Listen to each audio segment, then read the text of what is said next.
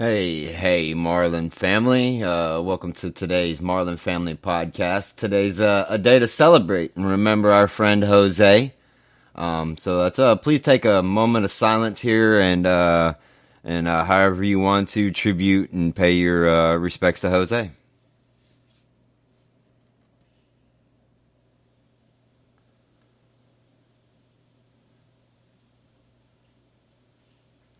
Thank you very much. Like it says, I do want to say that soundbite you heard, we do not own that soundbite. MLB put that soundbite out. We just played it. I thought they did a great job spitting together some stuff. And so thank you to MLB. Like it says, we do not profit anything off of this show. So that being said, moving on. Today is August the 27th of 2016, and today's podcast is a very hard one for us to do as we pay tribute to the good, the great, the life of Jose Fernandez. This was the podcast by fans for fans, so of course we want to hear from you. Give us your best Jose memories and stories. What did Jose mean to you in your life? Was it sports or on sports, or what did it mean to you? Whatever it is, comment blocked in the boxes below. No matter if you're joining us live or on demand, whenever or wherever you get a chance to listen, comment in the boxes below and make your voice heard. Like I said, hit us up also on Twitter at Marlin Family, Facebook at Marlin Family Live. And it says, once again, like I said, this is the podcast by fans for fans, talking Miami Marlins baseball, and you are our co-host, so make your voice heard. I'm host Dan Dunn, and you can follow me on Twitter at MarlinFanDan or simply on Facebook as Dan Dunn. Like I said, today's podcast has been a hard, difficult one to put together.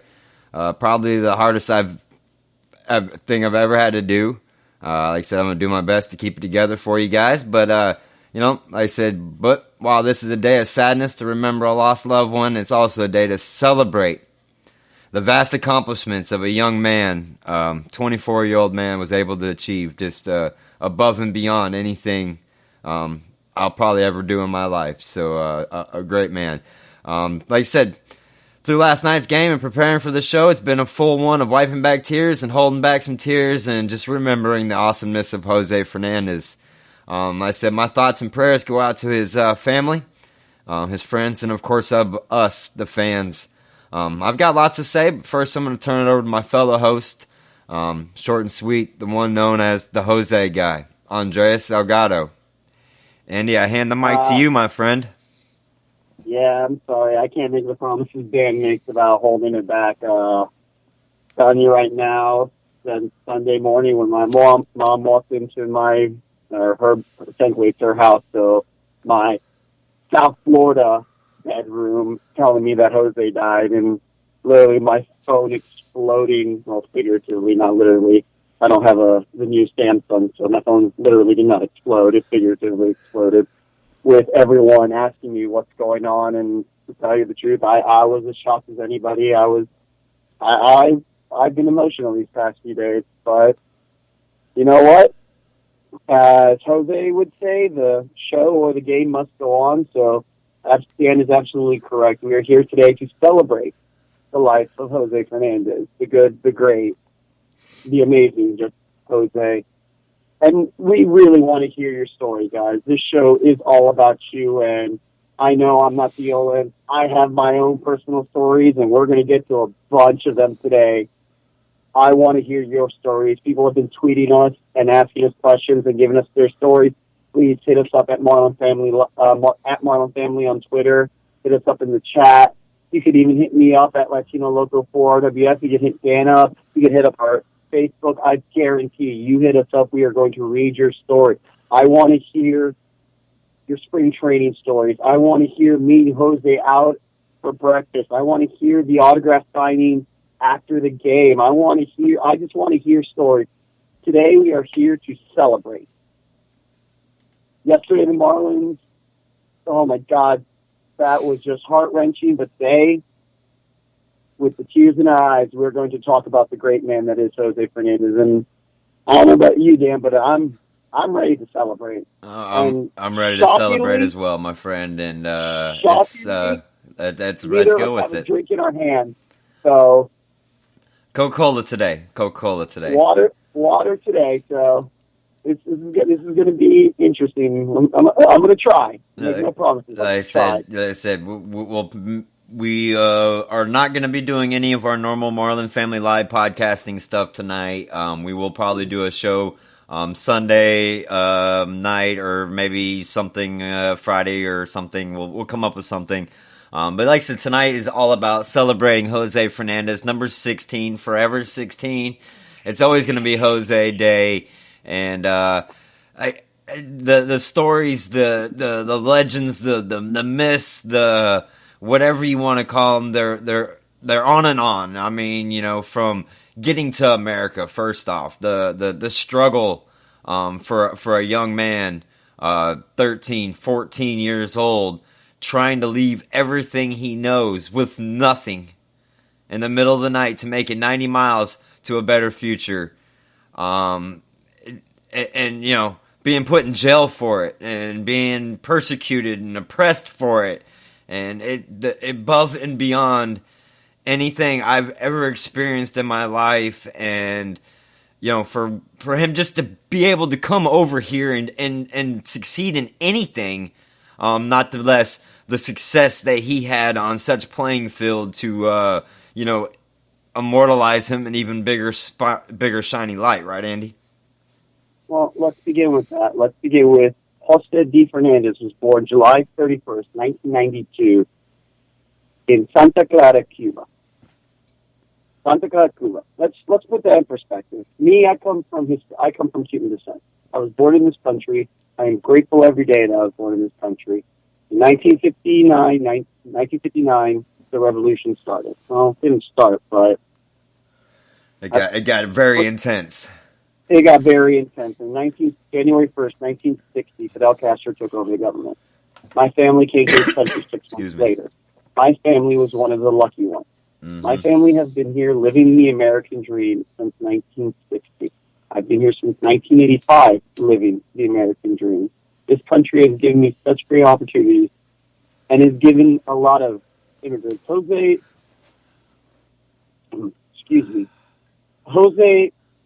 was a symbol to not only the Cuban Americans in this country, but to any immigrant, to anybody suffering outside this country who can come here and live the epitome of the American dream. Now, you're going to hear stories from us that have been repeated over and over again these past 3 days. And I'm going to lighten the situation because in 2013, you would have heard all these stories if someone wasn't talking about Jason Grilly's beard. Thank you, MLB. I had to. We got to put some jokes in this because we all know. All right. Jose would have been saying the exact same thing if he would have heard that what was going on. So, excuse me. Let me try that one again. You would have heard all of that, all of it. So you would have heard his 3 attempts to come into this country. Mm-hmm. Dan was right. Being jailed as a teenager for the charge of treason. Of trying to get away from oppression to get to a freedom. Treason. I mean, how many times has the word an actual charge of treason in the United States? In the United States. I mean, everyone could think of, because of the Broadway show going on right now, Aaron Burr in Alexander Hamilton was tried for treason for trying to start his own country. The Civil War, World War II, the Cold War, all that, all tried for treason. Those were all adults. Cuba tried a child. Yes. A teenager, a 14-year-old boy for treason. Let that sink in. Let that sink in of how much fighting this child, if he was a child, had to do to get to this country. Let that sink in. To the point where, at the age of 15, on an escape over here, he dove into the water to save a woman he didn't even know. Yeah. Later we find out it's his mother. That's the kind of child Jose Fernandez was. Mm-hmm. And then finally, in 2005, he makes it. Makes it to Mexico. Hops a car and drives to Texas. And then finds his way to Tampa, Florida, the second largest Cuban community in the United States, right behind Miami and a little bit ahead of New Jersey, parts of New Jersey. And what does he do? He pitches. He also learns English from nothing. Learns nothing from English and starts to prove his talents. You're right. But that's the thing. He goes to Broly Son High School. Takes 3 English classes. 3. He wanted to be in this country. Goes on, wins a freaking, what was it? 2008 6A state championship in his sophomore and senior year.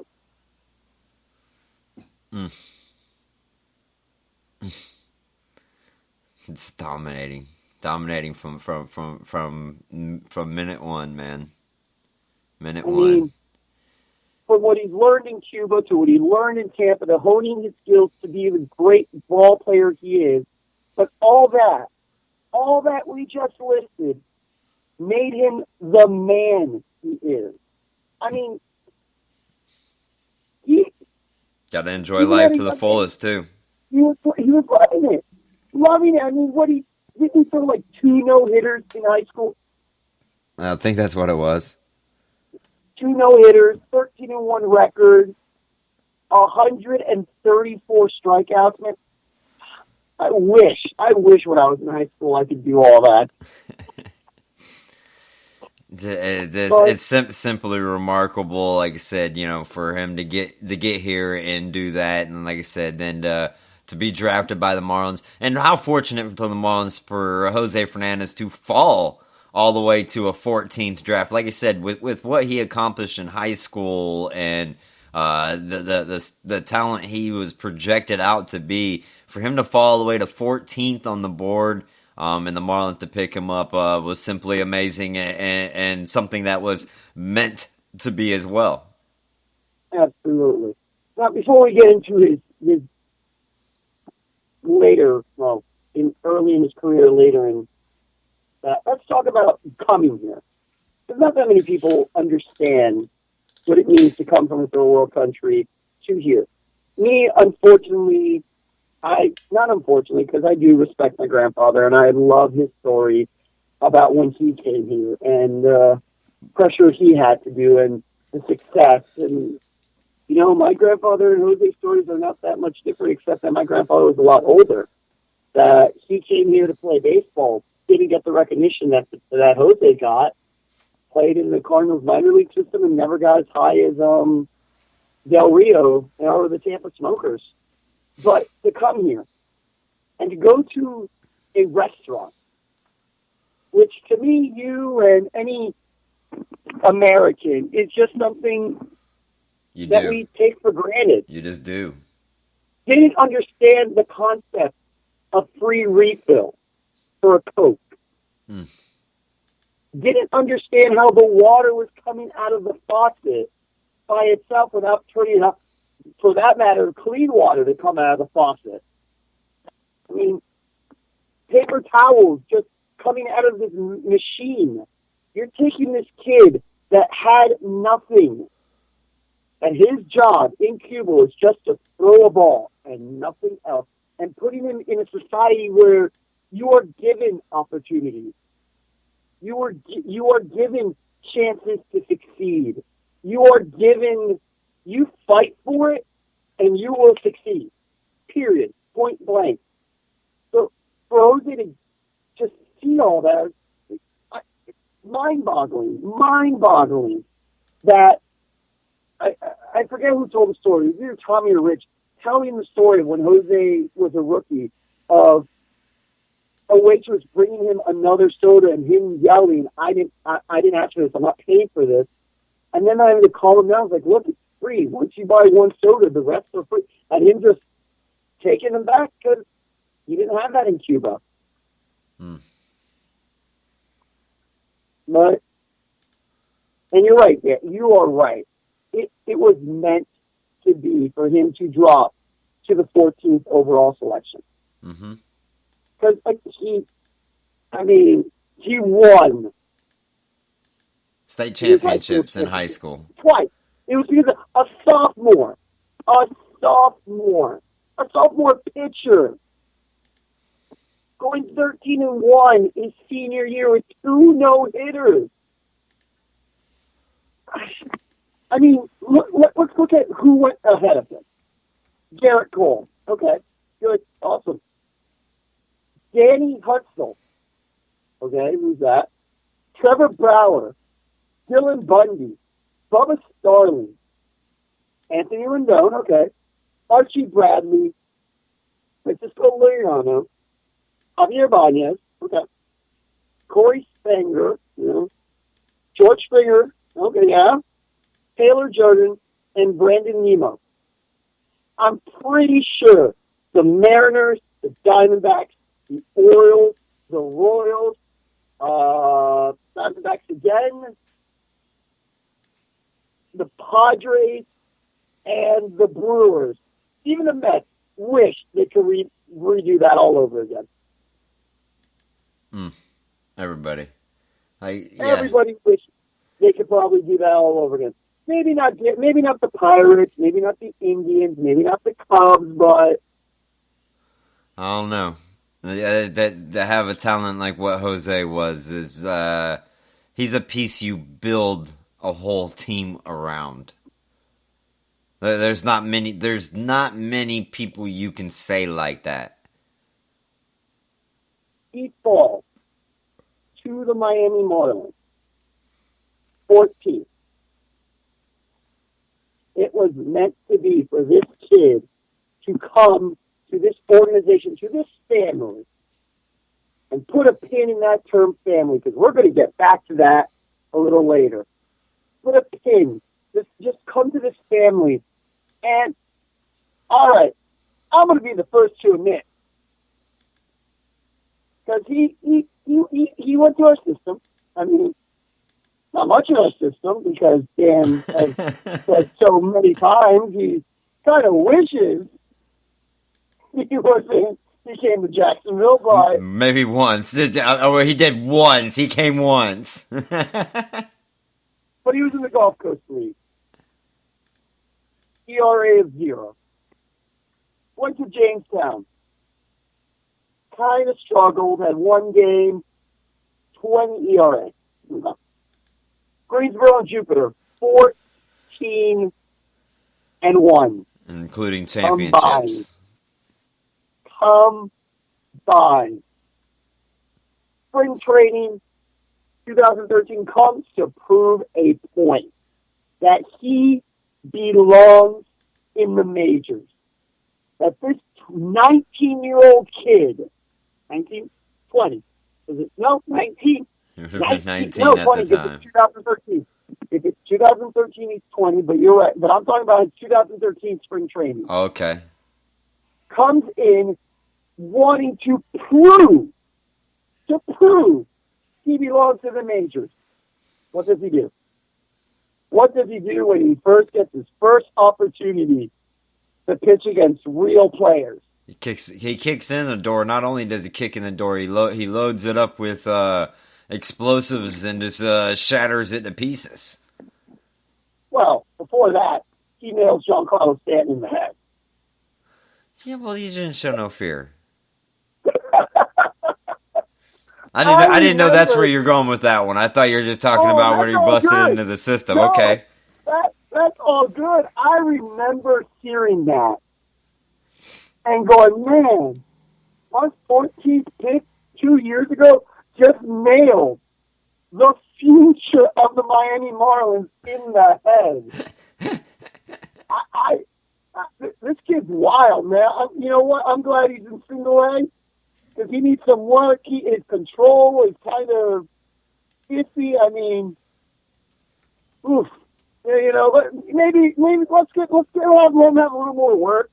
Let's let him develop, and someday this kid will be good. You know, might not ever make it to the majors because a lot of people don't, but he's freaking Peg. Our superstar in the head. Your first time. I was laughing. I even sat there. I remember getting into an argument with someone on one of the social media going, "Oh, you wait, Jose's getting called." I was like, "Man, Jose ain't getting called up. He has control. He just pegged Stanton in the head, buddy."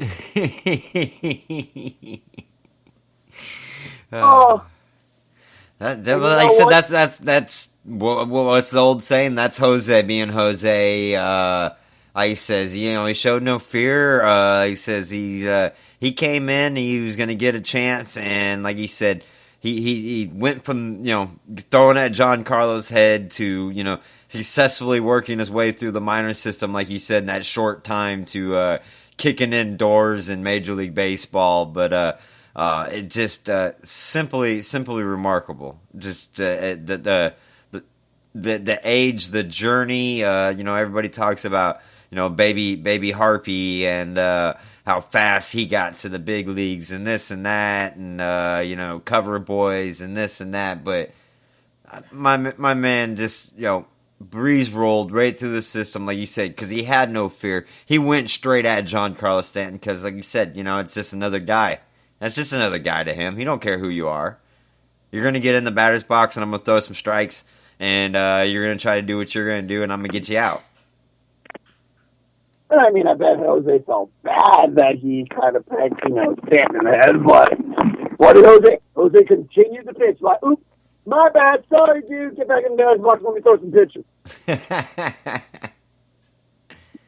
Yeah, all right, cool. Let's continue this. So. And I kid you not, I've never been so more happier. I know that's not proper English. Leave me alone. English was not my first language. So more happier than being wrong with this argument I had with this guy on Twitter. Because then rolls around April 7th, 2013. Okay. Dang. Just dang, dude. Like, I remember where I was. I was at home watching the game going, I think they pulled this kid up too early. That's what you thought. That's what I was saying on the podcast. I was saying, yeah, it's a little too early to be bringing this kid up. I do understand with the injuries, but really? I mean, yeah, he's top number one dude, but really? And then I shut my mouth after start 3, Andy. Oh, absolutely. It's like, what are you doing pulling up this kid who's never gone higher than Jupiter to pitch against the flipping Mets in Citi Field at the beginning of the season? You are out your dang mind. Yeah, on the road at that. And he shut me up quick. Dang, he shut me up quick. Yeah, I think it was about 3 games in. I said, well, maybe this kid does have the stuff to be Major League Baseball ready. Well, let's look at it. His first game, 5 innings. Respectable for a 20-year-old. A 20 and a quarter-year-old. 5 innings. Awesome. Hey, you know what? They probably got into him, and that's why he only went 5 innings. Gave up 3 hits. Struck out 8, walked 1, and gave up 1 run. And it wasn't like, no. He was throwing heat. Just some downright dirty heat, and that defector, oh my gosh, that was a thing of beauty. A curve with slider speed. Man! The legend of Jose was born that day. it just didn't stop there. You're absolutely right, Dan. It continued. I mean, you're right. His first three games. Let's see if I can pull those up because I don't.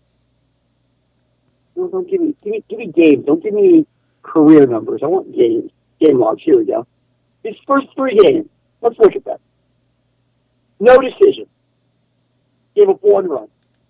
Next game against the Phillies. No run, 2 hits, 6-inning pitching. No decision.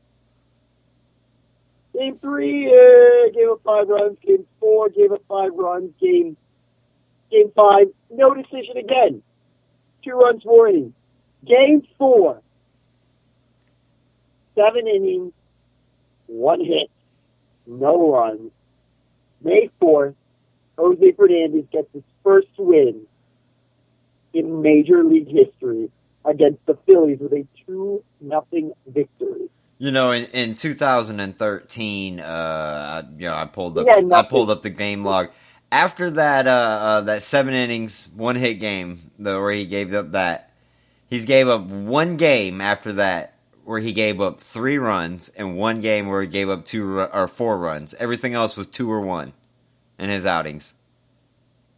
I said, just simply remarkable what he did. Like I said, Rookie of the Year.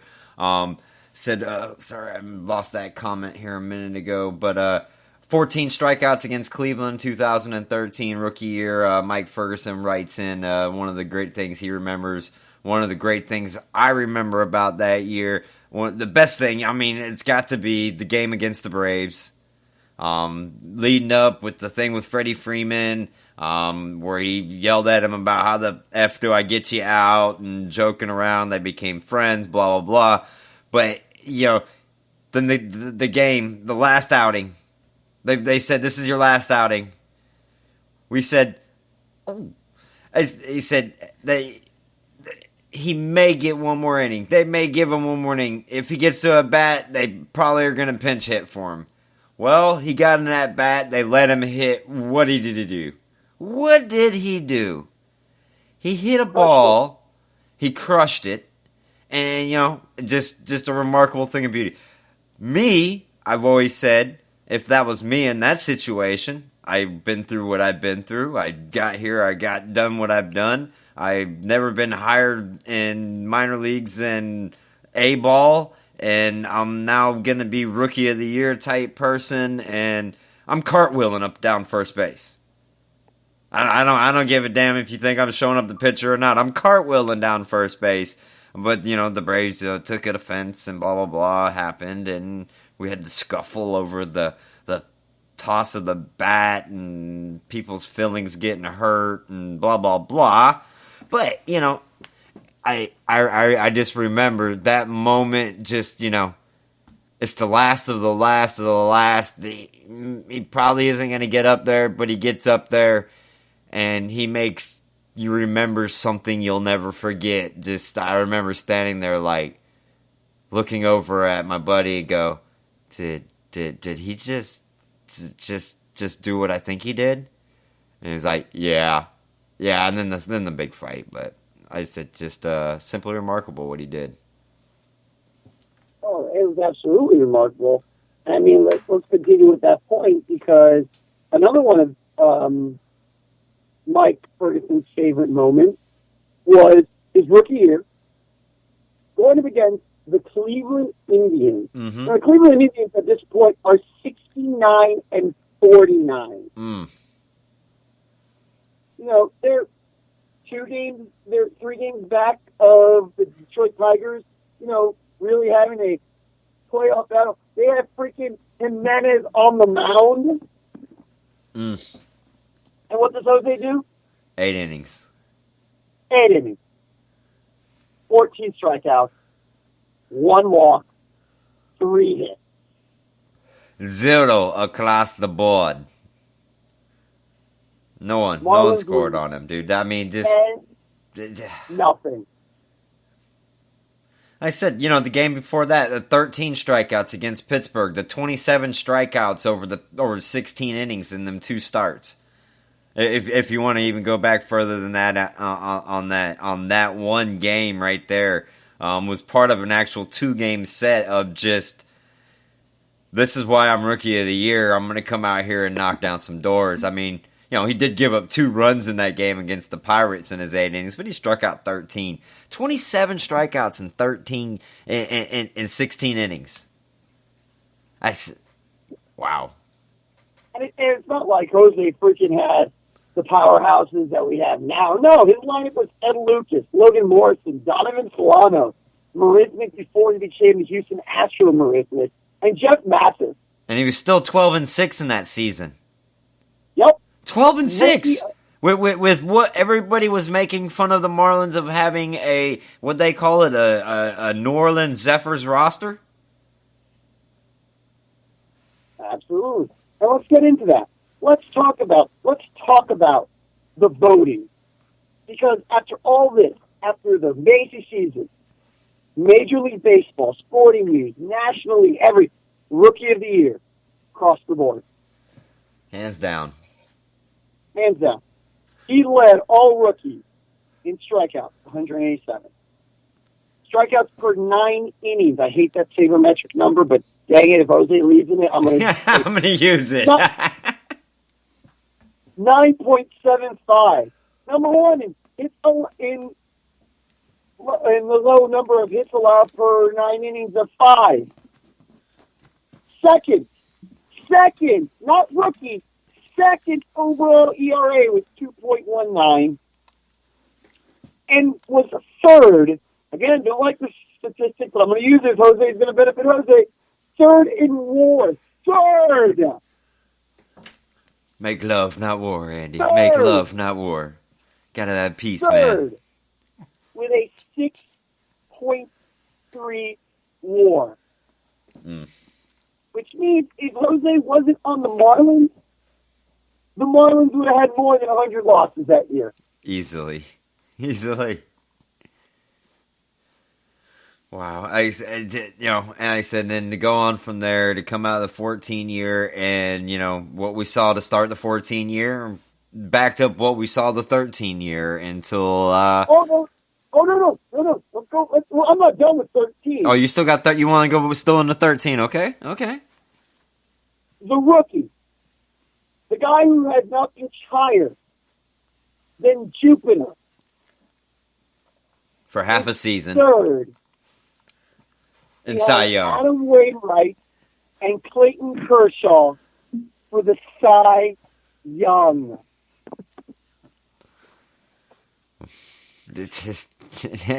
Talk, like I said, what I said at the beginning.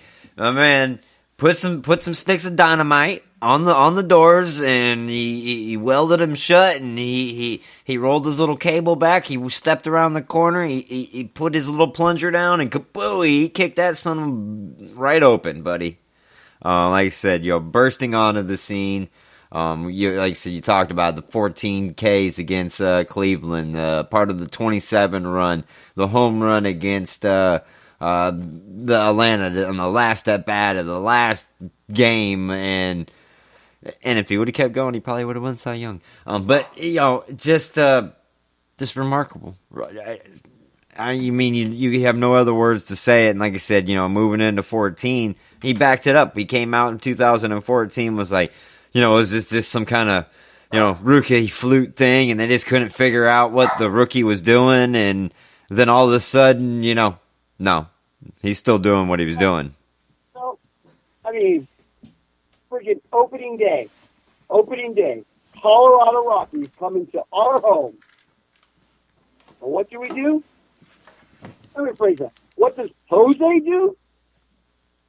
What's 6 Jose? innings, 1 run, 9 strikeouts. And that 1 run was just a bad pitch that happened to be a home run.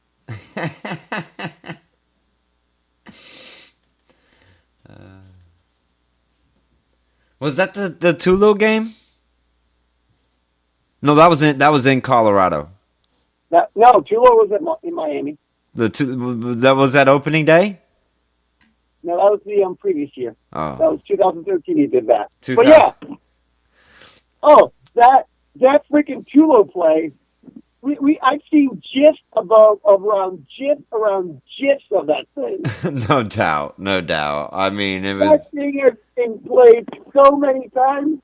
Actually, yeah, I think no. August 24th, 2013. 2013 is when that snag happened. Yeah. Marlins win 3-0. Jose goes 7 innings with 8 strikeouts, only giving up 4 hits. So, hey, you know what? Dan, maybe you're right. Maybe it was just a fluke. I mean, it's the Colorado Rockies, right? The Rockies.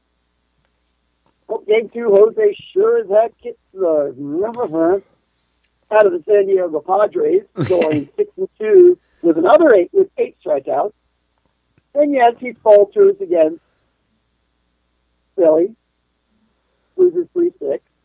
Goes against Washington, gets another decision, but goes 7 innings, 3 runs, and 10 strikeouts.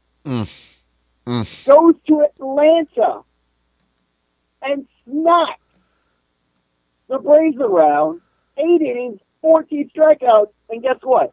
Take a wild guess what? What's that?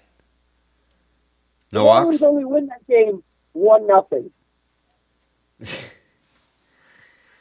1-0. 1-0. Jose went, you know what? If you guys aren't going to give me run support, I'm just going to win this on my own.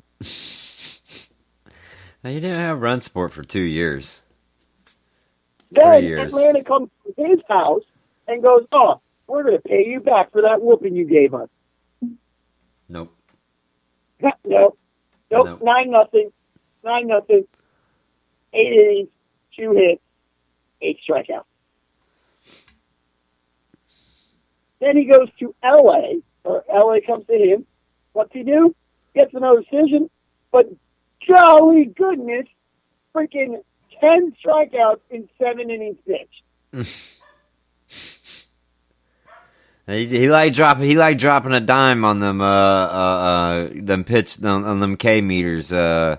Wasn't it like the most 10 more 10K outings than any other starter since then, or something like that? I seen the other day, or his top 2 or 3, if not if there.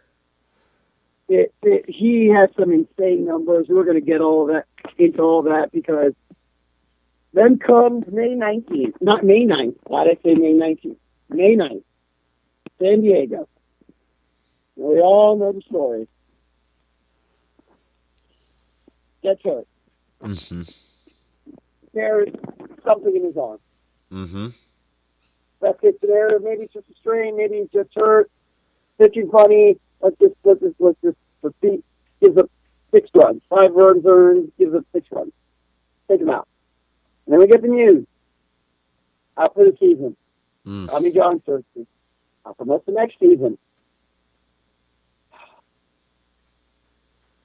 Damn. Just damn. Mm-hmm. What can you say? We finally got a break. The Marlins finally got a break. We got this stud. We got this stud that we could ride, and every 5 days, and and he's taken from us. We're missing him for a year now because of the Tommy John. 14 months. We're going to be missing him for 14 months. Mm-hmm. Now, before we get into what everyone probably wants to hear, or some of the stories from that moment, let's talk about other stuff. Right. That's keep rolling on. So, like I said, he had a Tommy John. He spent a year. We'll get to the Jose guy in a minute, but like he says, he's gone for a year. He comes back. What's he do? No. Well, I'm not going to even get to the comeback yet. Okay. Because we're not skipping 2014 to 2015. Because you hear about players go to Tommy John surgery and you don't see them for 14 months. Mm-hmm. No one hears from them. They go into seclusion. They go to the mountaintop and train to get. They become like the ultimate warrior. I'm going to go to the mountaintop. I'm going to lift trees and train. I'm going to come back stronger. They treat it like pro wrestling and kayfabe go away. You know what Jose does? Jose shows up to the ballpark. Night in, night out. Jose supports his team. Jose laughs and talks with fans, jokes around with fans, has fun with fans. Just all in all, has a great demeanor when life gave him lemons. He squeezed. There was not one moment that when I was down in Miami during the Tommy John surgery era, that there was not a smile on this kid's face. He wasn't able to sign autographs, but he sure as heck came and talked to everybody. He'd apologize for not signing autographs because, Tommy John. I can't move my arm. But he would sit there, he would talk. There was this one day, I remember it clear as day. He saw me, he came up to me, he goes, "Hey, Andy, how you doing?" I go, "I'm doing good, man. How are you?" He's like, "Yeah, I'm getting. I was like, "Awesome, man. It's good to hear. Take your time, no rush back. Just hair." I don't know how many times I told him that. It's just hair. Take your time back. And this little kid, 5, 6, 7, 8, second or third grade, comes up to Jose and goes, "Jose, can you please sign my glove?" And this is after the brace came off. He goes, "Absolutely." And I look at Jose and go, "Jose, man, this kid, this all he's been talking about all he's been talking about since he got here is you." Like, "Oh, really?" He goes, "Little kid, like, oh, what have you been talking about?" I knew what the kid was talking about, but I wanted to see Jose's reaction. And the little kid sits there and goes, "In school, I did a report on who my hero was, and I wrote about you." The smile from ear to ear that Jose had. He was a little kid. Mm-hmm. He lit up. And the first question out of Jose's mouth? What grade did you get? If it would have been bad, he may have went to the teacher and said something. The little boy looks at the kid and goes, "I got an A, of course." Jose lost it, just started laughing. He goes, "Okay, good, because if you didn't get an A, I might have to have a talk with the teacher." I might have to go beat up your teacher. I would be like, "Oh, no, I got a C. You know what? I wanted you to feel good because I actually got a C. Here's my here's the teacher's name. Here's the address. Come tell my teacher I deserve an A." Because that kid would have been the coolest kid in school if he would have got Jose Fernandez to go down to his school. Oh, no doubt. No doubt. But, Jose just enjoyed life at that point. Here's this little kid, second or third grade, telling him, "Look, man, you haven't even pitched. You haven't even done a full season. And you're my hero." And Jose, like most people, could have brushed it off, which is going to lead me to another story. So, these past 2 days, I've been nonstop on social media. Because I really wanted to see how much, give me a second, how much Jose really did touch a lot of people's lives. Because we can't hide it. Jose, for 14 months, even before that, we can go even back to the fan cave era, was a big part of my life. So I was like, you know what, there has to be people out there like me that Jose greatly affected. Mm-hmm. And there's this one story. I can't remember who it was from. I was just reading one of the Marlin posts, and it was on Facebook, and this person goes, my wife is Japanese. My child is half Japanese. My child knows how to speak Japanese. My wife knows how to speak Japanese. We took her to a first baseball event. They went to spring training in Arizona. They went to the Cactus League. And this is when Yu Darvish was making it into the majors. Rangers signed Yu Darvish. Yu Darvish is going to be the next great Japanese player. And this family tried to get Yu Darvish every day to just come and sign an autograph. Spoke in Japanese. Never came. Try to get other Ranger fans, players to come. Never came. There's nothing against the Rangers organization. I get it. You want to play, you're going to just play. No distractions. There are people there fighting for their job, fighting for their livelihood. Mm-hmm. So I get it. It's happened to us. Marlin players know who we are. And when they go, hey, Andy, I can't sign, I'm going to pitch. By all means, you know what? You do you. You go strike out 12 people. I'll catch you after the game if you're up to it. Up for it. Whatever. Awesome. I understand. Well, his family then moves to Florida. And they decide to go to spring training here. And the first game they go to, Miami Marlins game in Jupiter. And lo and behold, who is the first signature they get? Jose Fernandez. Jose flipping Fernandez. Because Jose went to that little bullpen area, and everybody who knows where the Roger Dean Stadium knows that area very well. And if you guys head over to our Twitter right now, Enrique posted a great picture. I mean, one of his favorite moments is watching the Jose guy taking photos of Jose at his rehab start at Jupiter. So thank you, Enrique. I'm going to retweet it right now. So Jose guy taking pictures of Jose during Jose's rehab start in Jupiter. There's a lot of Jose there. It's not Jose, but there's a lot of Jose there. There's a lot of J's and just J's period there. Jeez. And they get Jose's signature. And they sit there and think at first, oh, well, you know, we just got lucky. He just signed for... Nope. No. Jose stayed there and talked to every fan. According to his family, talked to every fan, signed every autograph, laughed, joked, and just had fun. Called other players to come and sign stuff. I mean, come on. We've been after games where the players come out and everybody kind of hangs out to get autographs and stuff.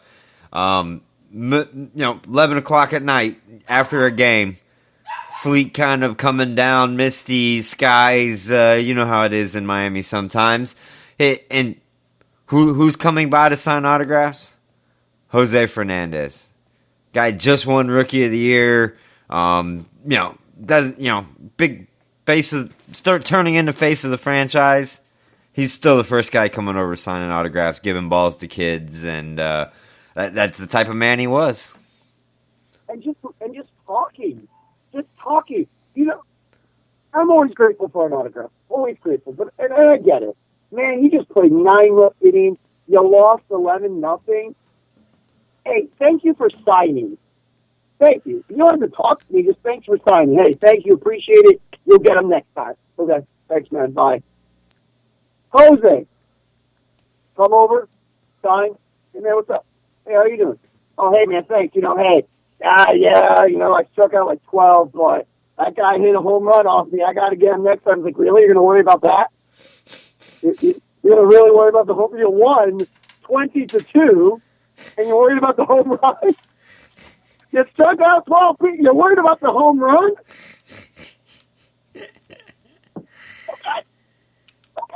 Okay. All right. You know what? You worry about the home run, man. You do that. You do you. You do you. But you would come and talk. I remember Cuban Heritage. My very first Cuban Heritage night was in 2013. And I got a call going, hey, do you want to meet Livan Hernandez? Abso-flipping-freaking-lutely. Yes, I want to meet Livan Hernandez. What Marlin fan would say no to that? Cool, come here and you'll get to meet Livan Hernandez. Awesome. I show up, and there's this rookie. 2003, 2013, this rookie. Some other Cuban, because Cuban Heritage, I mean, the Marlins had what? Him, I think, and Echeverria at the time. Like, let's just play. Let's give him Jose Fernandez. And he was just asking Livan question after question after question after question after question. And I go up to Livan, and I go, man, dude, I grew up watching you. I love you, man. I went to Milwaukee to watch you pitch when you were with the Brewers. He just was like, oh, he goes, thank you. And Jose said something in Spanish. And he goes, man, I wish I could have the career, the career you did. And I look at Jose and go, I was like, and me and Levols both look at Jose, because at this point, Jose is Jose. He's going to be Rookie of the Year. Mm-hmm. People look at him and like, dude, you're going to surpass Levon Hernandez. Like, even Levon was like, yeah, no worries, man. You're going to surpass me. You got this. You good. Give me 1 second on that one. Dan, take over for me. I said, but like I said, just fun guy. He was always interjecting into the crowds, and kept it alive. And like I says, it passed over onto the field as well. Like I said, he had passion on the field every day. Even not every 5 days. Of course, he had the passion going out there and pitching, but in between starts, he had the passion. First guy over the rails on walk-off wins, and celebrating with his teammates, and first guy down the dugout to high five and celebrate with a teammate for a home run. Like I said, that's the type of dude he was: high passion, high energy, but yet at the same time full of respect, and paid respect to everybody that was ahead of him, before him, and has done it before. He says he was talking about with Levon, and it's just you got to learn from past, and you got to learn and improve into the future. And we could even get into the respect he showed after the scuffle against Atlanta. Mm-hmm. Where Redmond calls to the opposing team's locker room and goes, "Hey, is Freddie there? Hey, it's Freddie. Hey, I just want to talk to you about Jose." You mean the guy that's over here partying in our locker room? Right here, right now, talking to us, apologize. No, man, we cool. No, we good. We good. Even though me and you were yelling, going, "Oh, Jose, you're the one that needs to apologize." He didn't, and he shouldn't have. And man to man, if he went to do it inside the locker room and blah blah blah, that's fine. And for them to actually force him to come out and do a press conference pissed out of me, but. That's the type of man he was. He was, whatever and anything. He manned up. Man up. Hey, I was wrong. You were wrong. We were both wrong. In the heat of battle. We cool? Yeah. We cool. Mm-hmm. We more than cool. Mm-hmm. So that's the type of person Jose was. But like I said, that whole moment, getting back to that real quick, like I said, I'm doing cartwheels. I'm not showing up the opposing pitcher in that moment. That's, what I don't feel he was doing. Young kid, Rookie of the Year, not even 21, or he might have just been 21 at that point in time. Just, celebrating and enjoying and watching with the passion and love that he has for the game. And like you said, the Atlanta Braves then understood it after, like I said, he went and talked to them face to face, man to man. And, more teams got that as it went along. Like Tulo got it, the playfulness between the play. And they said the more teams got along, you saw that across Major League Baseball with everybody paying their respects. And it's just, that just exemplifies, like it says, not just the great player he was, that he got through after, coming through the Tommy John and all that stuff. Just a great man. Absolutely. So let's jump into the 2015 season. Let's talk about his first game back. Let's move on. The kid, El Nino, goes 6-1 with an ERA of 2.92. His fastball hit 100 miles an hour. And only 11 starts, Andy. And only 11 starts. But that's not even the kicker. So, you heard nonstop these past 2 days. And it was true. Absolutely true. Jose loved the city of Miami. Mm-hmm. Loved it. Like we heard for years The Marlins are going to trade Jose. The No, Marlins he's are going to not. trade Jose. No. The Marlins are going to... No, we're not. No. No, we're not. Nope. His September 26th. agent is Scott Boras, so they're never going to be able to sign him because he's a Scott Boras. Jose wanted to be in Miami. It was a perfect fit for him. He was going to sign a deal here no matter what. September 25th. Marlins versus the Braves. We were at that game. Mm-hmm. Yes, sir. Yes, sir. Marlins go down in the first inning 4-0 with Jose on the mound. Yeah. After not allowing more than 3 runs ever in a Marlins start. Not after ever allowing more than 3 runs in a full start. He gave a 4 to start the inning. Go ahead. Keep going. You're at Marlins Park. Yeah. At Marlins Park. Marlins come back. Somehow, some way, score 4 runs. Freaking Justin Bour. Mm-hmm. The emergence of Justin Bour coming out at that point in time. My God. The Marlins pull it off. Mm-hmm. And Jose Fernandez set an MLB record. Let me repeat that. An MLB record. 17-0 for his first game at home. Baseball has been around. Major League Baseball has been around for about 115 years. Mm-hmm. He sets an MLB record 17-0 at home. It's just amazing. Like I say, he said, he liked pitching here. He liked pitching in front of his home. He liked pitching in front of his mother and then grandmother at point. It just there was something special about him being here on this mound, and it's Jose's mound.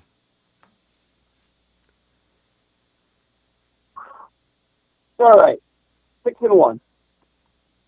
Then we go into this season. What can be said about this season? On the verge of Cy Young. 182 innings pitched. Mm-hmm. 2.86 ERA. Lead the league in fielding independent pitches. Leads the league in strikeouts per inning pitch. Per 9 inning pitches. However you want to pronounce it. Is up there with 253 strikeouts. A 16-8 record. All-star. I didn't even talk about a 2013 All-Star game because we all know I think I've beaten that story like a dead horse. You beaten that beard with a dead horse?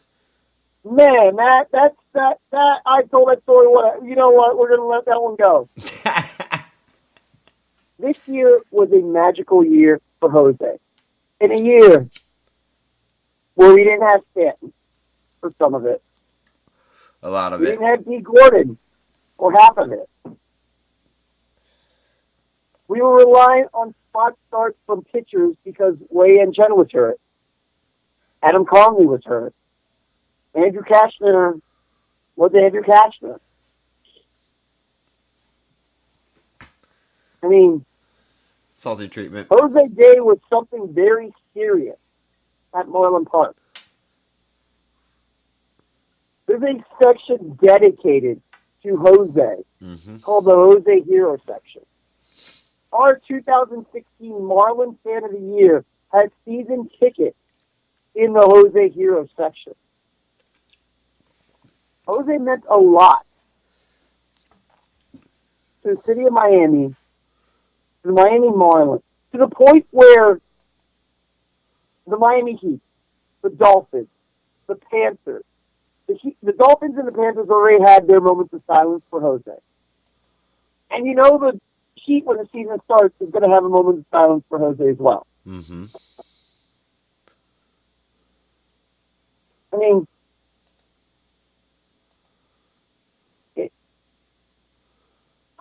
bigger than baseball. It says a lot. Because you even have... It was tragic on Sunday. Very tragic. Anytime a young person loses his life, it's Jose's the age of my younger brother.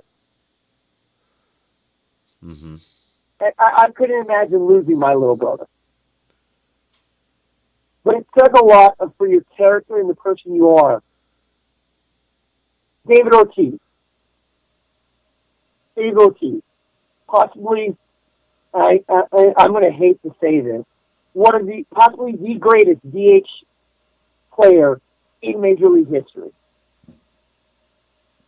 3 World Series MVP. One of the great he's going to be a first ballot Hall of Famer. Going away this season. Driving to Mariano Rivera, Derek Jeter-esque going away. Sunday was his last game ever at the Trop. And he told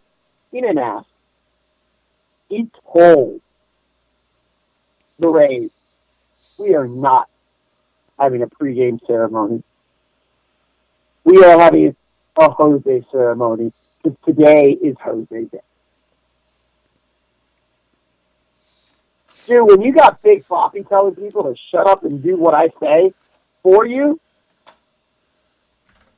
this is the guy that flipping said, this is our effing town on live TV. Yeah, that he did. This is Jose. It's Jose. The Mets putting his jersey in their our rivals. Oh, and let me say, I got to give the Met organization a lot of respect for what they've done for us. Because that Lee Gordon moment yesterday, you want to get into yesterday's game, Andy? Not yet, because that moment will go down in history as right up there, maybe just right behind Mike Piazza's 9/11 home run. The walk-off 9/11 home run, yeah. But that play was illegal. And you know what? I don't care, because the Mets let it happen.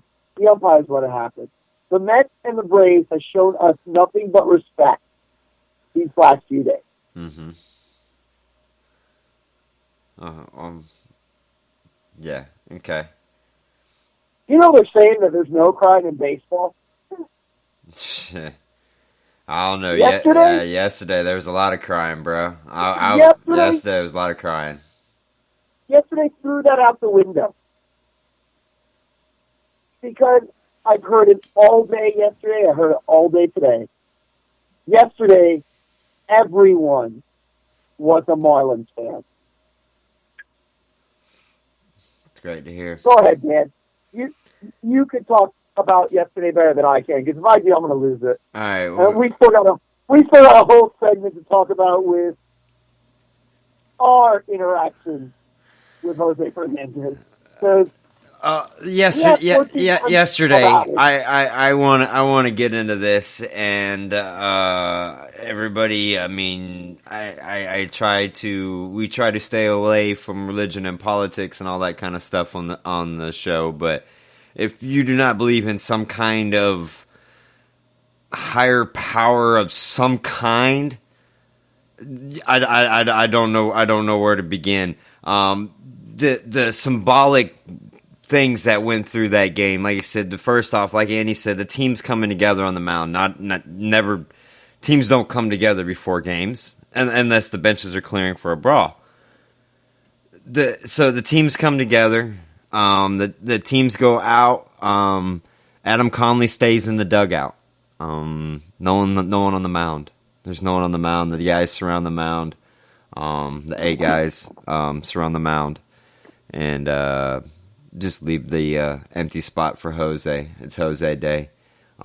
Just an awesome first play. Adam Conley pitches. It's a snap back to the pitcher.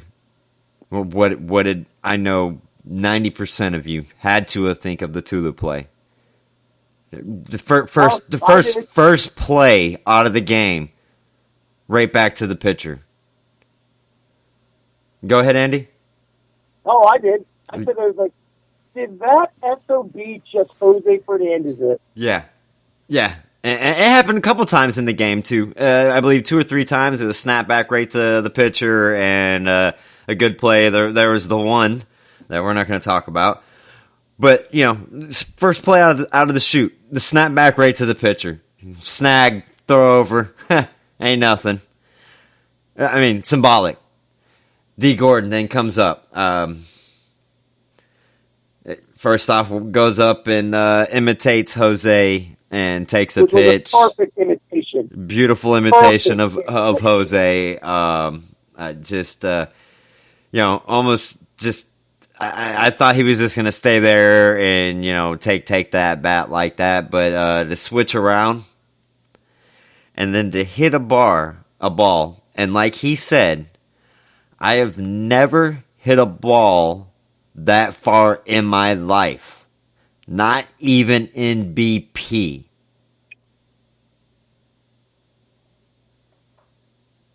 There's something. I'm telling you, there's something. But getting back to a point, the symbolics in the game. Like I said, D. Gordon takes the imitation swing, then he comes up and he hits the home run. The most unlikely guy to hit the home run. D. Gordon comes up and hits a Decker shot. Justin Bohr hits his first professional career triple. Sorry. First professional career triple. My man's never done that in the minor leagues, major leagues. I bet we could go back to his college, high school. My man probably hasn't had a steal or a triple since Little League. May not even have one there. And I wanted him to get a steal that game. I would have ate 16 donuts. Yeah, we were joking around about it. And almost hit for a cycle. The most unlikely of guys. It's the symbol says there's a game destined that they weren't going to lose. I looked over at my buddy I was sitting next to watching the game, and I said, I'll tell you right now, I could probably put every penny down that I own, and the Marlins will not lose this game. And then for it to take off the way it did, like I said, with the D. Gordon home run. Then the rest of the guys just piling in. Bohr shot, Yelich shot, Stanton's single in the first. It just... Stanton's amazing playing the outfield with a busted groin. I gave up on. I gave up running that route, Andy. The game yesterday, like I said, and to come down to it end like it did, the team to gather around the mound, Stanton, I think to not be on a too much of a side note, but could be one of the things that brings his leadership out even more than it ever has before. I mean, we saw him take charge there on the mound. I mean, you've never seen that before out of him publicly with the Marlins. But for him to stand up and, say, this one's for Jose, and for everybody to leave their hat on the mound, I know I left. Oh, no. That was Derek who said that. Derek said at the end, everybody throw their hats in. I heard that, but Stanton leading the charge there and everybody getting together. I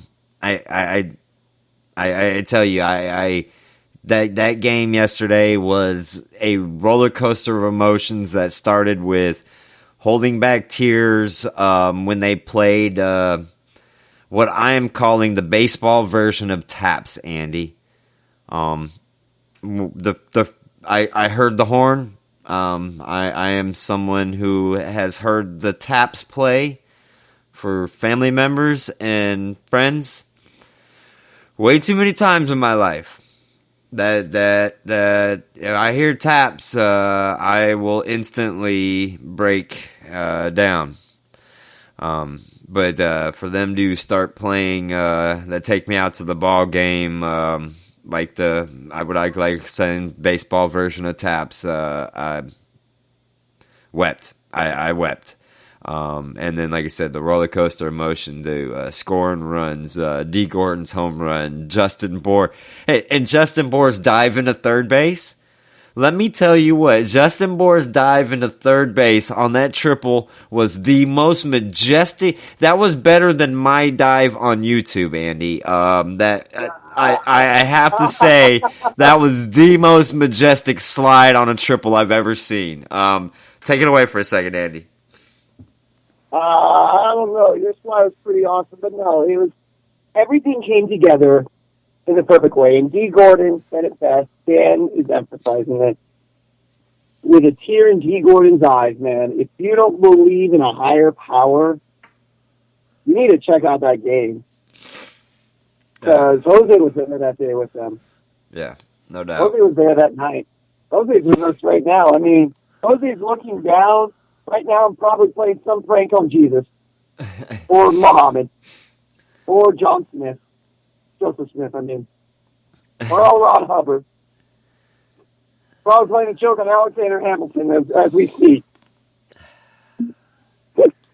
I said to come out, and I said, I think this, could be a defining role. This is something that, none of us are going to forget. None of these players are going to forget. I think it's something that's gonna, maybe, it's hard to say, Andy. It's hard to say, but the game was hard to watch. But like I said, I felt like the Marlins players did right. I thought they did right. They it felt good. Like Samson came on the telecast, and I flipped over from Glenn to see what Samson was saying on the telecast, and he's talking about the grieving process and laughing, smiling, joking, crying. You go through them all. Everybody goes through them in different ways, but to see the guys just do It made me feel better. Like I said, it made me feel good to go.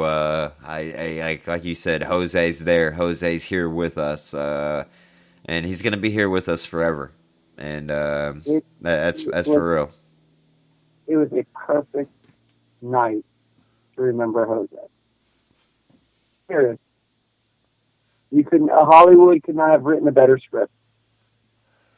No. Now, with all that said, May 16th, I put a video out. And the main part of that video was talking about family. Mm-hmm. That this organization is a family. Marlin family was born that day. To the point where the Marlins used it as their loyalty program for their season ticket holders.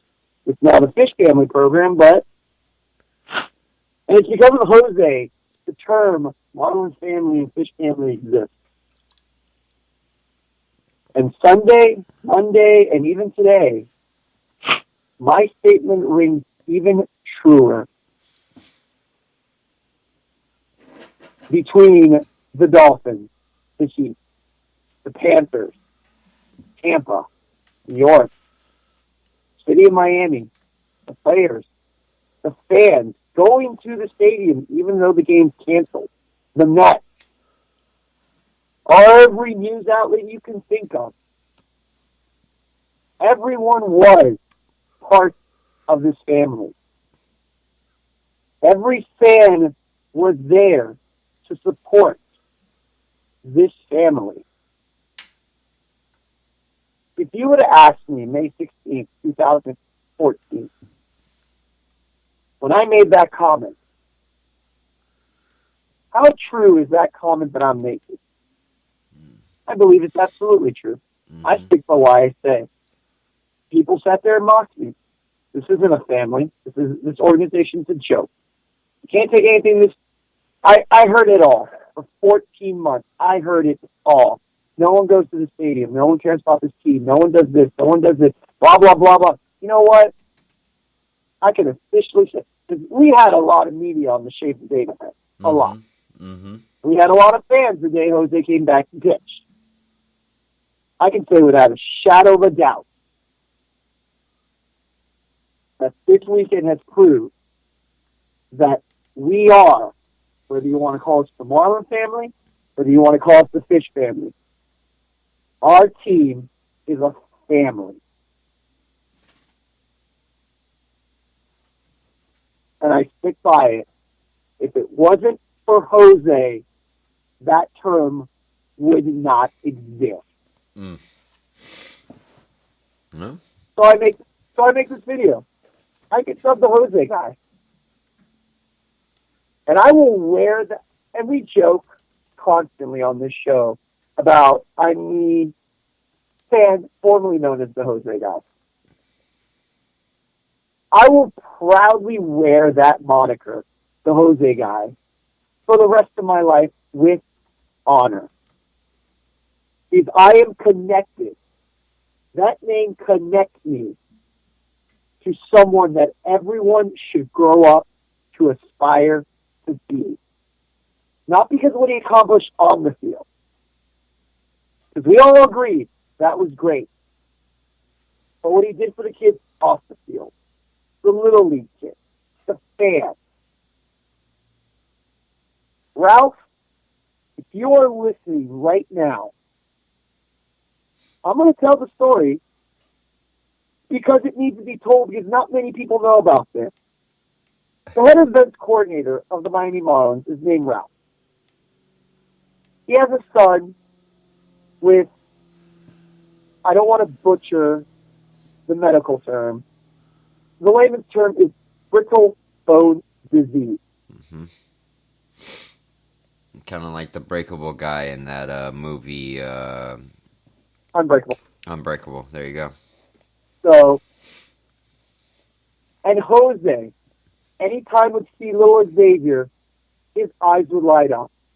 He would run to little Xavier. He will sit there and talk to Ralph and talk to little Xavier and just have a good old time. He didn't have to. He did the same thing with Casey McGee's kid. Mm-hmm. He did the same thing with Bella. We constantly sit there and see Live for Bella. He treated every kid, every fan with respect. Mm-hmm. Let's be honest. If Jose would have came up to me and went, "You are an effing creep. Get the F away from me." You know what? I would have completely understood. If you have a grown man in their late 20s, early 30s, I'm not going to say my real age, doing this crazy stuff for you, yeah, the first thing through my mind is stalker. Not job. Well, I look like a homeless bum. But Jose treated me with the utmost respect. Jose didn't have to do anything that he did for me those 14 months. Mm-hmm. His one job was just to get back on the field. Marlin Fan Fest took a picture of me and promised, I'm coming back. I need to do this for you guys. I need to do this for the fans. I need to come back strong. He was like, dude, relax. Come now. Every time we went for an autograph signing, hey, man, I'm trying to come back. We're going to get that hair off you, man. Don't worry. We got this. Dude, just take your time. When I went to the extended spring training game, and I got his second ball ever pitched on his rehab after the game, and I'm coming back, man. Don't worry. This is how it's starting. When we went to Jupiter, hey, Andy, how you doing? You doing good? Man, we're almost there. We're so close. I can feel it. My hair's coming off. To the shave that he didn't have to cut my hair. I remember getting pulled into the office at Marlin Park the day they announced he was coming back. And we sat, and me and Dan had talked about this. Me and Dan had this whole plan. It's like, look, as soon as he throws the first pitch, we'll have myself somewhere in like that promenade level. We'll just cut it off. And the Marlins look at me and go, no, we're cutting your hair the day before he pitches. All right, guys, you're ruining all these things I've done. What the hell do you mean we're cutting my hair the day before he pitches? It's bad luck. It's going to be bad luck. Does not do this. No. Jose told us he wants to cut your hair. I guess we do it the day before. What? Jose wants to be part of the hair cutting ceremony. And we can't do it the day after the game because we got to go leave for San Francisco. We got to go leave for freaking whatever game we were going afterwards. And Jose needs to be on that plane. No, guys, I'm still trying to wrap my mind around this. Jose wants to be part of the event. He didn't have to do any of that. When I brought up the option of auctioning off and donating the money to charity, Jose could have chose any charity he wanted. I would have gone for it. But he heard Make-A-Wish Foundation is the charity of my choice. By all means, go ahead. Make-A-Wish Foundation it is. And we'll raise as much money as we can. Jose did not have to do any of that when I was the Jose guy. I'm still the Jose guy. During the whole 14 months. None of that. He could have ran the other way. He could have said, I want nothing to do with this guy. He could have used every curse word in English and Spanish to describe me. He could have mocked me like so many other trolls on Twitter did, on Facebook. But no, he accepted me. He accepted the Marlin family. He was joking with my mom during the entire haircut ceremony about, I don't understand. Again, my mom knows what he went through. My mom went through it too, about coming to this country from an oppressed nation. My mom came to this country right when Fidel Castro. My mom knows it. My mom has lived it. The joke that everyone did you really post the video? Yes. I actually have a sound. I have a soundbite from it. I want to play if whenever you stop.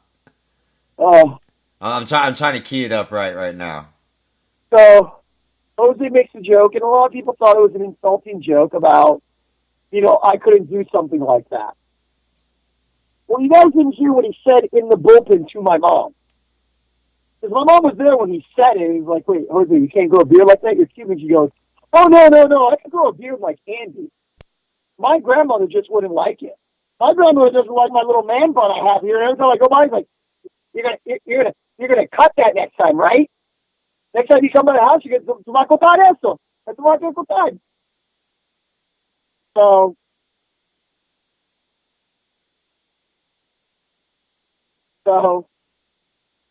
it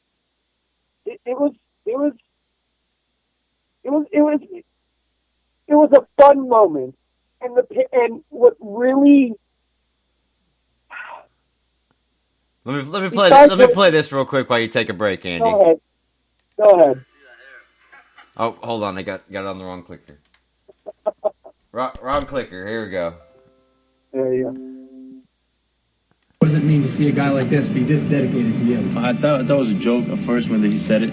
I saw someone show it to me, and I thought it was not going to happen. I was like, there's no way. 2-month update, 3 months in, 6 months, half a year. Woohoo! 7 months in, so 8 months in, 9 months in. We just hit month 10. We're 11 months in, and it's still growing strong. No one more excited than Andres here to shave off all the all the hair. I think it's about time. Look at this. This is impressive. He cares about you, man, and they all do. For not a little more than a year, but it's really impressive what he did. I got to cut your hair in a bit, right? Yeah. Thank you. Oh, God. Hopefully it's not going to be bad.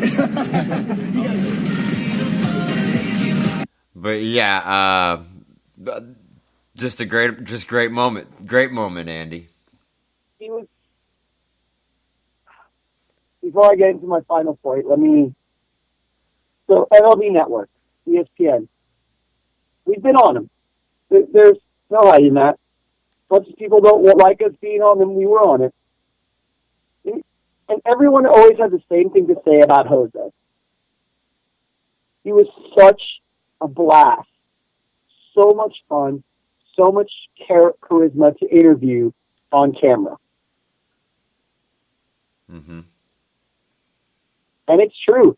He looked like he was having more fun than we were at that thing, at the Shave the Date event. Yes. Yeah, he was. He had a good time joking around, and he looked like a rejected Hulk Hogan with that haircut, but hey, whatever. Yeah, I really did. He was pushing to leave you with the Hulk Hogan haircut. But I would have been okay with it. I would have been okay if he would have left it. I mean, I would have tested it until he left or after the game. I would have ended up right in Juice's barbershop and go, dude, we need to get rid of this now, man. Come on. I got a wife that I still want to be married to, but so Shave the Date. Jose was nothing but spectacular enough. Yeah, that's it. Go ahead. The second hardest thing this past 2 days to deal with. Because losing Jose is by far number one. And the support he's been getting and the Fish family has been getting has been amazing. But every time I would turn on my computer, look at my phone just to get away from everything, I get some notification about something. And there would be the freaking picture of Jose cutting my hair. Mm-hmm. And it's hard. It really is hard because I'm not Jean-Claude. The biggest story in baseball. I'm not D. Gordon. I'm not Derek Dietrich. I'm not Don Mattingly. I'm not Ralph. I'm not these people who got to see Jose every day. But for 14 months, I got to see the type of person Jose was. And the word hero is used a lot. Mm-hmm. And to me and Dan, we say on this show countless times, there are heroes out there who serve this country, who fight for this country, who love this country. Jose loved this country. Jose became a U.S. citizen. For anybody who's ever had to go through that, it's not easy. Jose might have been a baseball player, but he was an American-loving, great man. Mm-hmm. And it's an honor to be known as the Jose guy because of who Jose Fernandez is.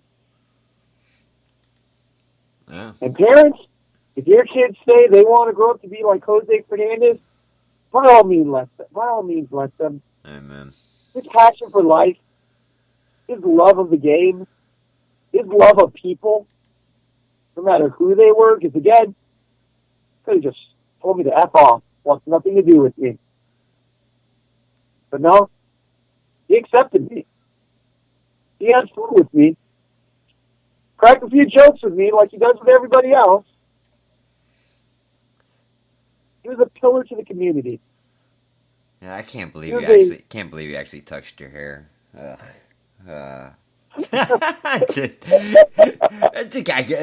Oh man, and yeah, like you said, just above and beyond. Like you said, human being. Like you said, the travels he's been through, the star he was becoming. Could have been just that other guy, but he's a guy that everybody's gonna remember for different reasons, and it's been an amazing journey, and like you said, so blessed that we got to take a little piece and a little part, and I was so glad that you let me ride your coattails to it. It was amazing. Again, I didn't get to spend as much time with Jose as all the people that have every right to call him a friend. I could just hope that little time that I had, I brought some joy to him. Just like I hope that I brought some joy to you guys, the fans. Jose will be missed. That you can sure as heck believe that one. Count your bucks on that one. 16 forever. 16 forever. And Enrique writes in his son's going to wear 16 next season. That's awesome. And Jeff writes in about keeping the Jose Hero section. And I'm all for that as well. Kind of gets me to something that I didn't even know you didn't say anything about, but I seen something going around, petition to retire 16, which I thought's, something that's inevitably going to happen with the Miami Marlins. The 16 is going to live on in infamy with the Miami Marlins. But then I looked up at the top of this petition that started, the Jose guy started a petition about retiring, so shouts out to you for doing that. But I was going to talk about it. I was going to talk about it on this show. Go ahead. The other question is the second question I got this entire weekend. The first question was how I was doing. Well, I was a little distraught, but I was not only distraught because we lost Jose, because his mother and grandmother are not going to get to see that smile anymore. No. His girlfriend and his soon-to-be daughter, his daughter's not going to know personally who her father was. She's going to hear stories, and boy, is she going to hear stories of how great her father was. I hope someday when if we have the honor of her listening to this play, because it's on the internet, it's going to be here forever. Forever that 16. She knows how great her father was. Mm-hmm. The second question I got, where's my video? You know what? I don't think it would do Jose honor. It's me, by me doing a video for Jose Fernandez, to me it feels like I'm riding his coattails. I'm doing something to benefit off of him. You guys want to know what the Jose guy's doing for Jose Fernandez? I'm living every day as if it's Jose Day. Mm-hmm. I'm going to love life. I'm going to live life. Just like Jose Fernandez did. Yeah. I got nothing else, man. Yeah, I got no more tears to shed. I got plenty of tears to shed, but I think I'm all out. I'm done. You want to say a few words? Be my buddy guest? All right. Well, I'm gonna go. I'm gonna go ahead and we'll say some goodbyes here, but I'm gonna say just like you did. Jose touched my life. I got the blessed chance to meet him on a handful of different occasions. Like you said, the Shave of Date event. We got to spend some time with him during that. His rehab start, got to spend some time seeing and being, him running into my finger and dislodging my finger for life. But I'm never going to get surgically repaired just because of who broke it.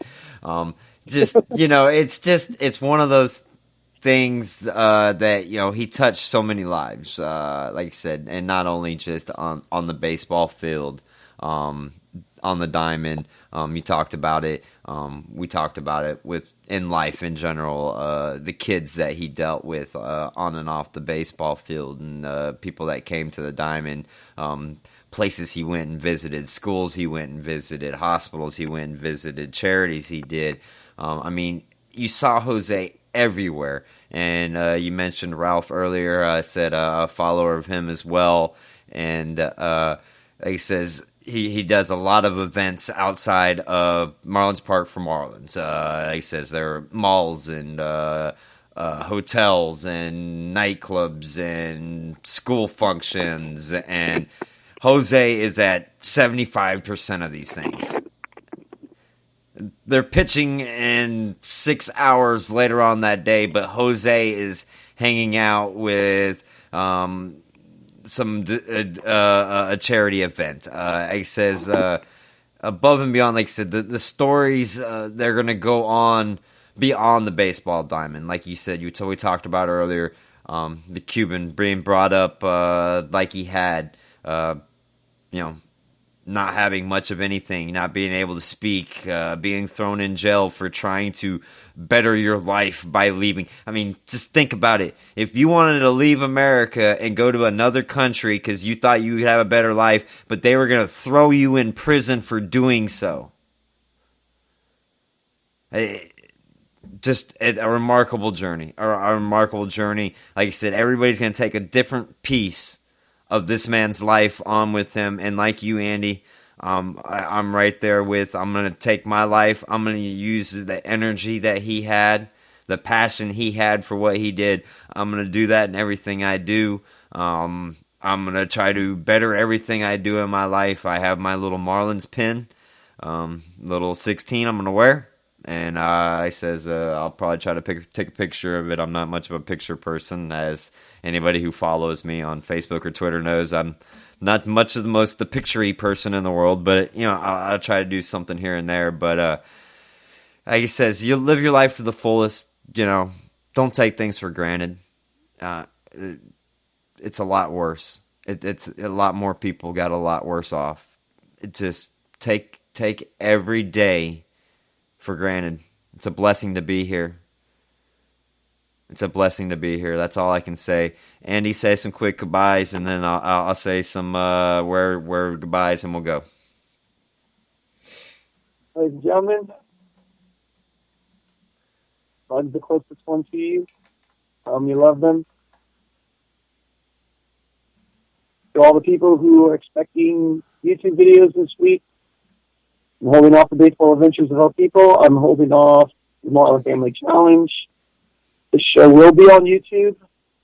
I did promise Julio the interview. Those will be on this week sometime. But in honor of Jose, no baseball adventure, no Marlin Family Challenge. Thank you for listening. All I can say is live every day like Jose Day. Love life, live life. That's it. I says, for Andy, I'm Dan. Make sure you follow the Marlin Family Live on our many platforms and places. Twitter at Marlin Family, Facebook at Marlin Family Live, as well there on Instagram. Search for us on YouTube. Just search Marlin Family, will pop up, and there's thousands of videos of us doing it. Like it says, live life fullest. JF16 forever. It's Jose Day. Let's go, Marlins.